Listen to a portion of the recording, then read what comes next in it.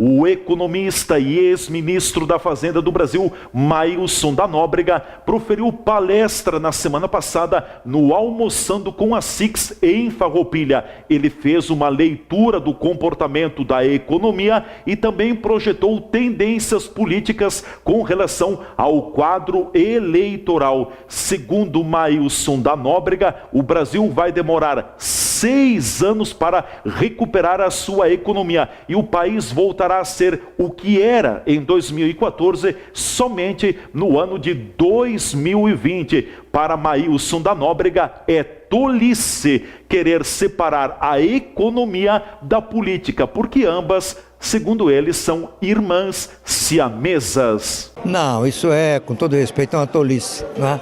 Isso nunca existiu nem vai existir. A economia ela depende essencialmente da situação política, né? A ideia que, vez por outra, circula nos mercados de que a economia está funcionando apesar da política, não. Mesmo se a política estiver ruim, a economia poderia estar funcionando muito melhor se a situação política estivesse bem. Não, política e economia são irmãos siameses, né? Eles estão sempre juntos. O caminho que a economia toma no Brasil é o caminho correto ou a política econômica implantada pelo Henrique Meirelles ela é muito perigosa? Não, eu acho que a política econômica do Meirelles nos livrou de um desastre, né?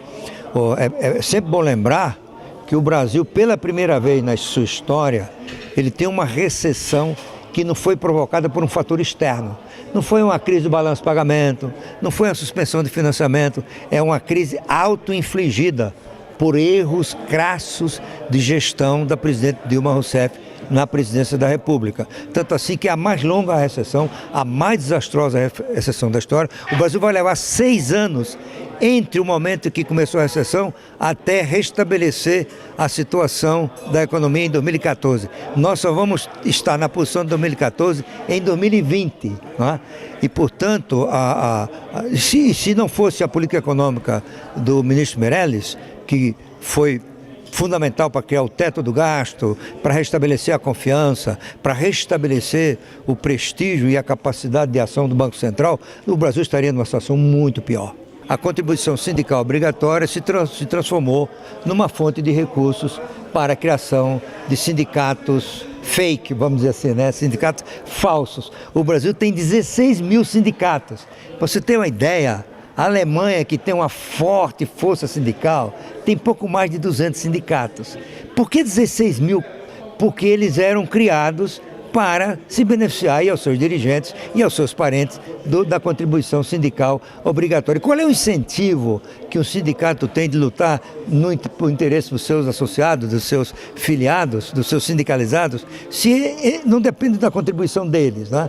Então, essa é uma outra. A outra é eliminar a gratuidade da sucumbência, ou seja, o trabalhador não paga custos se ele entrar na justiça contra o seu empregador. Isso é um enorme incentivo a entrar na justiça contra o seu empregador, porque o custo é zero.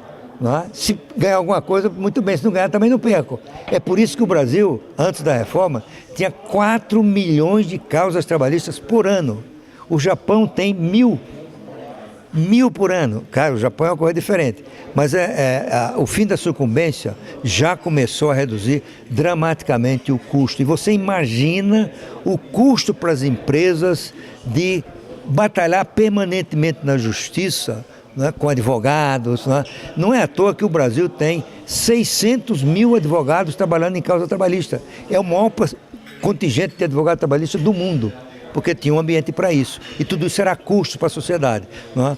E tem vários pontos mais igualmente positivos da reforma, mas esses dois eu acho que são os mais relevantes. O fim da contribuição sindical obrigatória e a criação do custo para quem quiser entrar no judiciário para defender o seu direito. Ninguém pode ser impedido de buscar os seus direitos, mas ele tem que avaliar quais são as chances de ganhar, né, para saber se vale o custo de entrar na justiça. Doutor Maílson, durante a sua palestra, o senhor comentou que ganhar a eleição não é o suficiente, que governar é tão ou mais difícil quanto eleger-se. O Brasil não é para principiante. É isso mesmo, né? A experiência brasileira mostra que o presidente da República eleito, ele tem que deter um conjunto de atributos que são fundamentais para ele lidar com o chamado presidencialismo de coalizão.